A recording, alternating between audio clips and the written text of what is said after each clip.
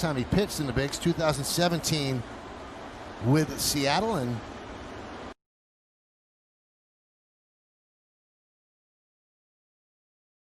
trying to make the Yankees. And Zick deals a strike.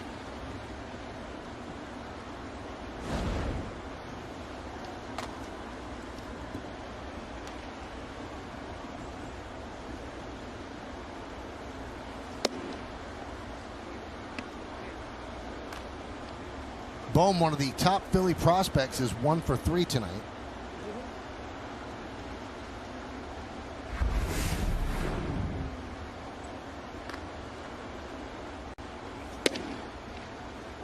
You know, our colleague Jack Curry brought up a good point. We're talking about the Yankees' 5 outfielders. He said, don't you have to count Stanton? You don't count him as just a DH, so that Tauchman would be your 5th outfielder. So it's a little bit of an embarrassment of riches. So if Tauchman makes it, who else is going to make it? Because you do have backup outfielders if you keep Andujar, and if you keep Wade, which you do and will.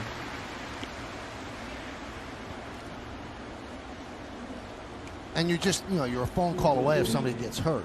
Yes, and obviously the travel squad will be down in AAA in Scranton ready to go, so you have 30 extra players there.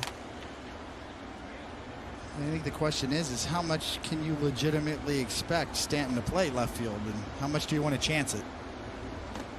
Because his bat is so valuable. Here's Logan O'Hoppe.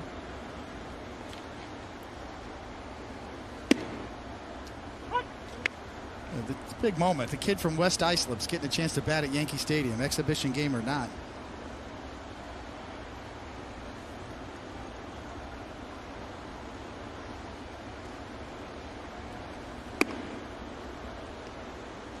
And went to school in West Islip, but people in Sayville actually claim him. So whatever the case may be, he's from the area, and this has to be a big deal for him.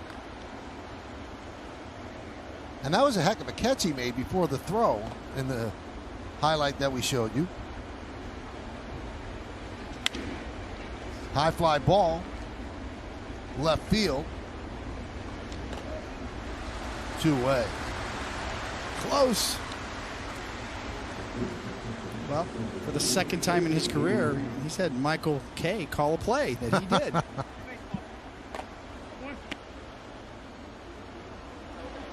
You could see from his face that that was a big moment. Yes. Lit up. Pretty cool. Just missed it. Yes, you did.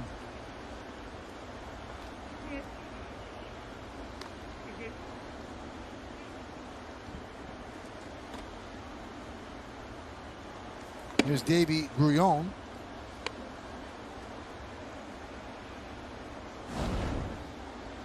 Two-way here in the 9th. And if you're wondering who's coming up for the Yankees in the bottom of the 9th, your guess is as good as mine. Michael Kay and Bob Lorenz and Jack Curry. And if anybody gets on, David Cone.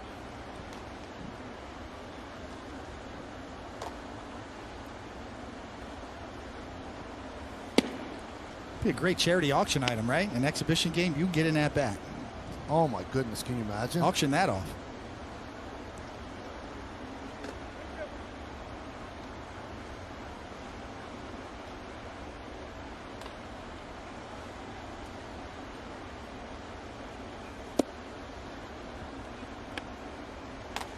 So Girardi has returned to Yankee Stadium. Last time he managed the game in Yankee Stadium, you have to go back to Game 5 of the ALCS on October 18th of 2017. A game the Yankees won to take a 3-2 lead over the Astros, and then they lost the next 2, Game 6 and 7 in Houston. As Grullon swings and misses, and that will do it as the Phillies go down in order. We go to the bottom of the 9th. Last licks coming up.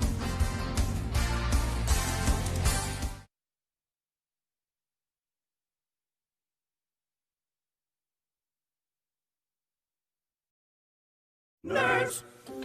Hey, Dad, can I ask you a question? Sure, sweetie. What?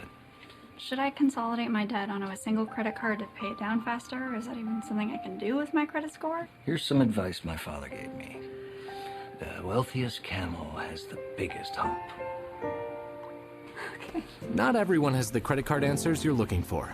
The experts at NerdWallet compare hundreds of credit cards so you can shop the right card for you. From low rates to no annual fees, for all your credit card questions, turn to the nerds. McGuire's on his way to third. He will score on yet another double by Bo Bichette, who has just doubled in his 9th consecutive game. Nobody has ever done that. And Nelson Cruz continues to pound the baseball. Cruz with a drive to center. That one is gone. High fly, right center field. He's got 3 tonight.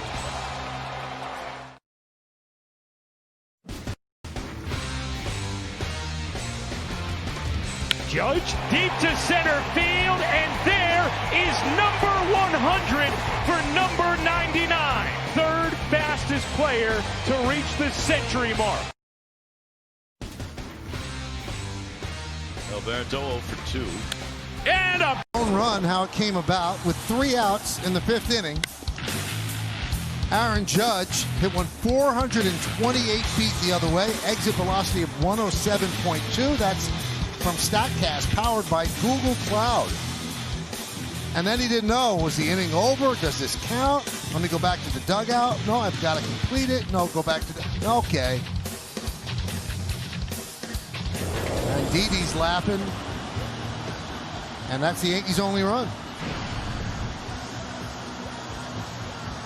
Aaron Judge's mammoth home run was preempted by a Geico commercial, so hang with him.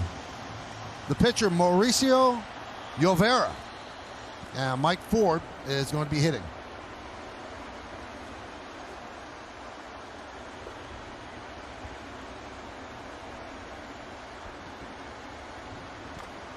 So can the Yankees rally here in the bottom of the 9th?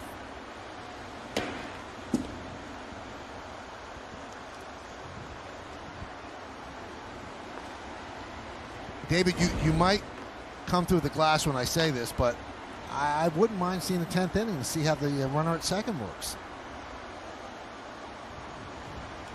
We need reps on that. Yeah, you're right. We need absolutely. to practice. Now, for those that don't know, and I think most do, 10th innings, a runner will start at second base because they're trying to shorten the amount of time that the players actually have to be as close to each other as they do on the field, and they don't want 15, 16 inning games. I've talked to a lot of people, David. Some people say, obviously it's according to where the lineup is. Some people say you automatically intentionally walk the next guy to set up a force. Other people say, well, what happens in the top of the inning matters too, because then if the team doesn't score on the top of the inning, the bottom of the inning, they have all the moves they want to make. They know exactly what they have to get. But the team in the top of the inning doesn't know how many they have to get, so they're not going to bunt automatically. They might want to get 2 or 3 runs. Sounds like you've been talking to Buck Showalter a little bit. A little buck, yep.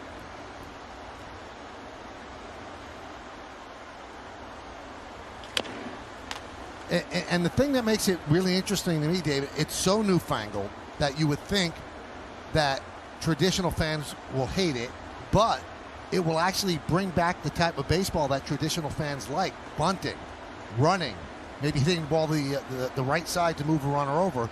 So it's non-traditional, but it might spawn traditional play. The wheels will be spinning.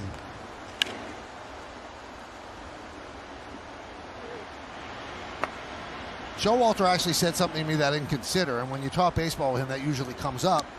He said, if you don't like the way your 9th inning stacks up and you're tied, you might say, I'm not going to empty it all here and pinch hit and whatever. I'll just go into extra innings because I like my chances there. Because I have speed off the bench. I know a guy could score from second. I know coming up I got a guy who can bunt. I never had thought about it like that. You just want to win when you could win. Well, you know, it does change the strategy, because it used to be for extra inning games, managers and organizations would want that extra pitcher. We need somebody who can suck up some innings for us. A middle reliever, a spot starter, hold him back in case we get in one of those 15-inning games. Now it's going to be the opposite. You're right. Weapons off the bench. Mm-hmm. Speed. Somebody can handle the bat.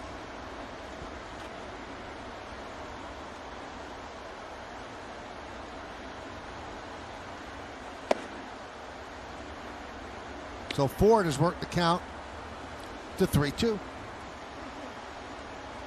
It's one of those issues, Michael. If you poll all the relievers in the big leagues, be 100% unanimous they hate that rule because they're the ones that are going to have to get the loss. Although I think it'll be scored differently. High fly ball, deep right field. There it goes. See ya. Tie game. A pinch hit home run for Mike Ford, and it's 2-2.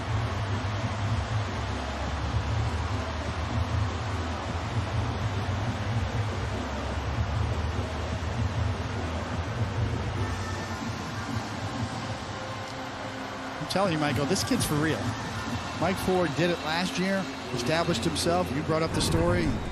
He got more comfortable after he actually pitched, but in this ballpark, the way this roster is constructed, a left-handed bat in this stadium that can do that, pretty valuable in my mind. Do you know, David, that after he pitched in that game, in the 27 games after the pitching appearance, he hit .357 with a .771 slugging percentage, 8 home runs and 17 ribbies. Estrada pops one up to shallow right center. Harrison makes the play. 1 away.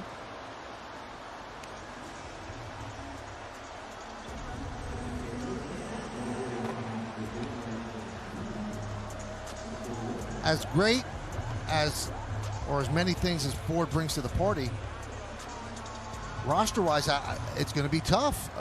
Again, it's going to be really, really difficult. This is a guy who languished in the minors for so long. He never gets a chance last year, David, unless the Yankees have a total breakdown of injuries across the board.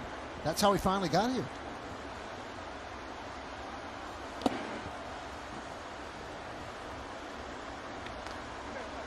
I just remember last year, Aaron Boone telling me, he said, this isn't a fluke.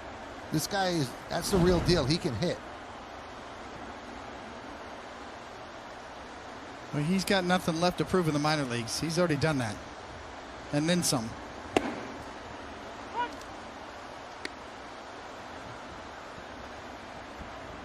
One and one on Andujar.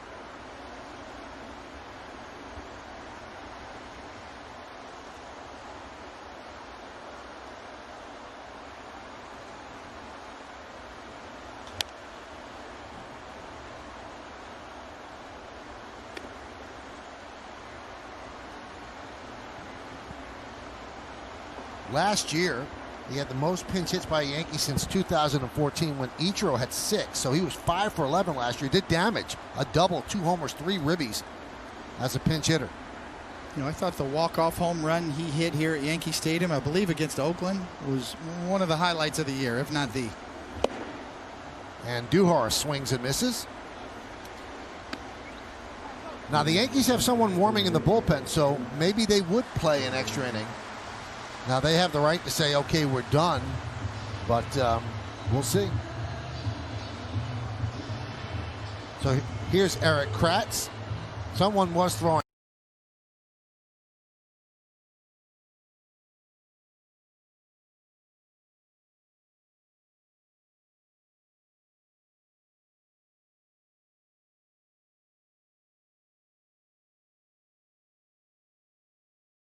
To say, okay, we're done, but we'll see.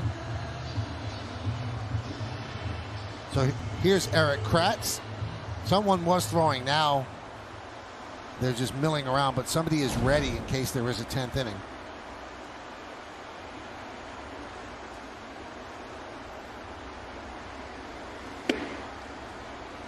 One and 0.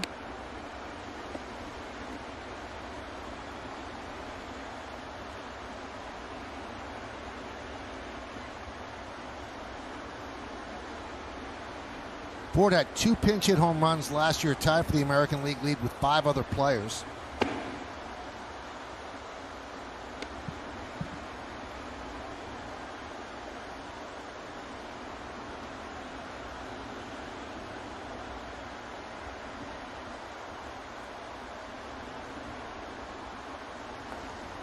Yankees runs tonight.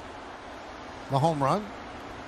Couple of solo shots. Last night, 5 home runs. So the night before at Citi Field, the monster shot by Clint Frazier. So a team that relied so much and is built around the home run last year, picking up where it left off.